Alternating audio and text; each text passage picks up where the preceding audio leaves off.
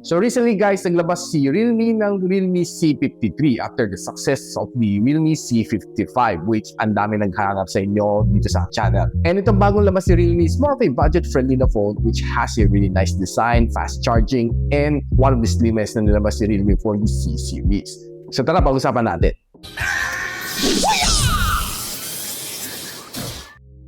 Hi guys, I'm the Gadget Sidekick and welcome back to my channel, realme C53. So here, some quick specs na pwede ko i-share sa inyo. So 33 watts na superbook charge, meron siya 50MP na AI camera, so medyo slim siya at 7.49mm. Then meron siyang malaking battery, 5,000 mAh. Then meron din siyang 6.74-inch na display as well as 90Hz na screen refresh rate. Then meron siyang octa-core na chipset. Malalaman natin kung ano ang bang chipset yan. So ang color natin dito is color black. Normally, ang mga C-series is slide out. So buksan natin. Yun. Dare to leap. SIM ejector tool. And meron siya user manual dito sa loob. And a smoke black na jelly case. So with this alone, alam natin medyo squarish ang kanyang camera bump. Mukhang iPhone. Ganda kanyang likod matte black. And of course, as promised, 33 watts na superbook charger. So boot up muna natin. So kapitin natin yung kanyang jelly case. Let's see kung ano tsura niya. Looks nice. Bagay.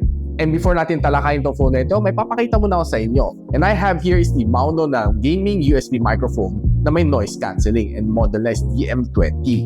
And kung mahilig kayo sa gaming and live streaming, it has 3 colors to suit your needs. Outright kita na natin yung microphone itself. It's quite small and it looks really nice. So nandito ang mic gain na knob. Pwede nyo gamitan na headphones. And touch sensitive ang mga controls dito sa ibabaw. And meron pa siyang rubber matting dito sa ilalim para hindi mag-slide sa table. So kabit natin USB-C niya. And kukonect na natin sa ating PC. So yan guys, kita nyo it's RGB. And pwede nyo switch ang light. Depende sa anong mood ninyo. No? So pwede kang gradient color or full color. Depende sa inyong taste. So pwede nung galawin din siya, ang kanyang angle. And from this point onwards guys, gagamitin natin itong mount na DM20 to record the full audio netong video na ito. Now guys, if you look at itong box ni Realme C53, ito ang mga quick specs na makikita natin. So it has 33 watts of superbook charge, 50MP na AI camera, and this is one of the slimmest like I told you nang nilabas si Realme para sa C-series, no? 749mm. Now, battery niya is quite big at 5,000 mAh and kanyang display is in 90Hz na screen refresh rate na may 6.74-inch na large display. And ang sinabi na dito, powerful na octa-core chipset. This one is a Unisoc Tiger T612 812nm chip. And the only variant na meron nito is a 628 gigs of storage. And based on release nito sa Malaysia is being priced at 539 RM. Pag kinonvert naman natin yan over to peso, it's around mga 6,500 peso. So, based on my best guesstimate, this one should be pricing around mga 5,999. Now, one of the good things na gusto ko dito sa phone na ito is maganda naman kanyang camera module. And pag tinignan mo naman dito sa side, sobrang nipis ng kanyang camera bump. And another thing na gusto ko dito sa phone na ito is ang sarap hawakan dito sa side niya. Hindi naman siya yung glossy na sobrang dulas. Medyo may pagka-matte finish. So, yung grip niya is definitely okay. Now, probably one of the turn-off dito sa akin is, well, teardrop notch pa rin itong phone na ito. But can't blame it dahil this one is a very budget-friendly na phone. So kung chinek naman natin ang score niya dito sa Untitled benchmark para sa Unisoc Tiger na 612, ito ang score niya, 218,000 points. And if you break it down, this is the score na makukuha natin. Medyo hindi ganun kataasan ang score na nakuha natin sa wildlife. So expect yung gaming natin is para sa mga medyo mild games lang. Now, one of the good things dito sa kanya is quite large ang kanyang display. Swiping left and right is quite okay dahil may 90Hz naman siya na screen refresh rate.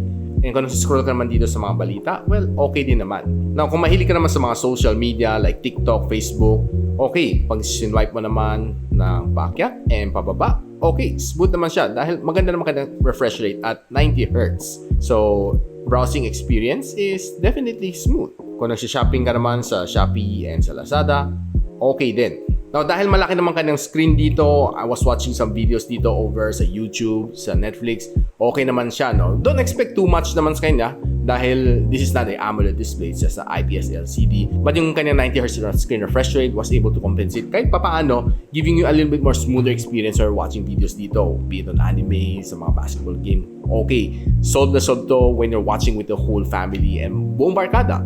Now, if you're listening naman ng songs dito sa YouTube Music, sa Spotify, one thing na napansin ko dito sa kanya is, well, isa lang kanyang loudspeaker dito sa ilalim. So, medyo nakakabitin lang siya, hindi ganun kalakas ang kanyang sounds. But if you want a better sounds, do use yung kanyang audio jack. Since nandito pa naman audio jack, you can use your wired headphones or you can always use Bluetooth na TWS na speakers or headphones. Now, tinry ko naman mag-gaming dito sa phone na ito. I did try to play Call of Duty Mobile. Ito ang settings na nakuha natin. And nung sinagad ko siya, medyo mafe-feel mo talaga may frame drop siya along the way. But if you're trying to play smoother, medyo kailangan mo babaan konti para medyo mas smoother, a little bit more smoother. But honestly, I would say na this phone is not really geared for mga gamers. This one's more geared para sa mga mahilig sa magandang phone, manipis, malaki ang screen, good for social media, and not too much on gaming. But playing this game, pag nilower mo ang graphical settings, well, okay naman. Pwede naman pagtiyagaan. But kung gusto mo talaga maglaro ng games dito sa phone na ito, pwede mo i-lower settings. And I can say na it gets the job done naman kahit papaano. Now, itong phone na ito has 5,000 mAh of battery. And sabi niya, kaya na mag-support up to 33 watts na wired charging na super VOOC from realme. And tinry naman natin i-charge itong phone na ito from 10 to 100. Roughly natapos tayo in an hour and 25 minutes. And one thing that I could brag about this phone is makunat ang kanyang battery. This one was able to give me a 15.5 hours na screen on time. Now, if you're asking me on a day-to-day usage, kamusta naman kanyang battery? Now, I would tell you na kaya na magtagal ng 2 whole days without hitting the charging dock as long as you're using it normally, like social media, watching videos. As long as you're not playing heavy games dito sa phone nito at pinipilit mo maglaro ng heavy games and lagi ka naka-mobile data, 2 days is definitely no problem. So, I would say na sobrang kulat ng battery nito. So pag tinignan mo dito sa likod, akala mo may tatlong camera sensor dito. But here's one, kana 50MP na may camera sensor na may aperture na 1.8. The other one, I believe it's a depth sensor. And this one, nasa gilid, it's a LED flash. And this one can record up to 1080p and 30fps. Now, ang kanyang front-facing camera is a teardrop notch na may 8MP na pixels and of course, it can record only up to 720 and 30. Now, so nung nilabas ko tong camera na ito, honestly, I'm quite impressed naman sa mga shots na nakuha ko, no? Using the normal lens and of course the zoom, 2x zoom lens. Okay, these shots are quite good as long as you're using it outdoors. I don't see any problems kanya and taking some building shot was quite good, no? So, itong phone na ito focuses more of the camera performance and honestly, I'm not disappointed sa mga shots na nakuha ko dito. It's not the best but based sa kanyang price point, these shots are really decent. Taking indoors, okay din. Kahit low light na nakapag-perform naman siya. Siguro ang medyo off lang sa kanya dito para sa akin is sometimes medyo nawawala ang focusing niya. No? But overall, mga shots is quite good. Now, if you're using ka ng 8MP na front-facing camera, equally impressed din ako sa kanya na it was able to take in some of this detailed shot, no, sa akin. Even pati mga pawis ko nakikita naman siya. Taking indoors is okay as long as hindi masyado madilim. Quite decent din ang mga shots na nakukuha natin. And how about tingnan natin ang mga videos na nakuha ko using the front-facing camera. At 720p and 30fps, this is the resolution you'll be getting kung sa outdoors kayo. And I can say it's just a very basic na phone for vlogging. And ito naman sample natin using the rear camera.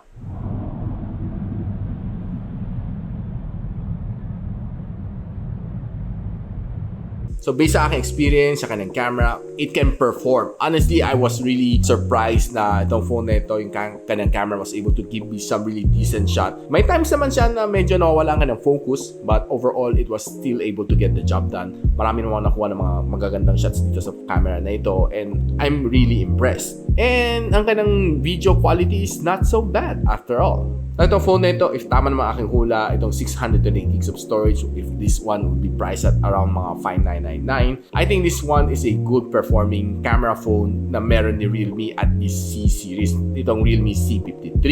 Now, itong phone na ito, para kay nino nga ba ito? This one is being targeted among people who is fashionable, looking for a really nice looking phone na may matte finish sa likod, and of course, looking like an iPhone na camera module, having a very decent battery life with fast charging, and having a good camera at the 6,000 price point.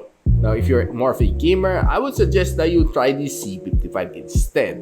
Now guys, kamusta naman aking recording using netong Mauno na DM20? Now honestly, I'm really amazed sa kanyang audio quality na malinis, no? Even though na may mga noise dito sa loob ng aking room, It was able to cancel it since meron naman siya active noise cancelling, which I'm looking for sa isang microphone. No? Definitely is one of the performer na microphone that you can consider if you're a game streamer or like to do some vlogging or podcast. This one is definitely a nice go-to na microphone from Mauno.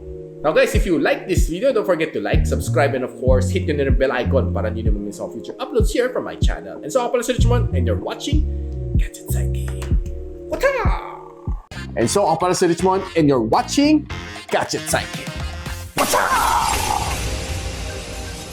Like and subscribe to my channel. Don't forget to hit that notification bell. For one of my latest uploads, click the dito. And for one of my popular uploads, click here.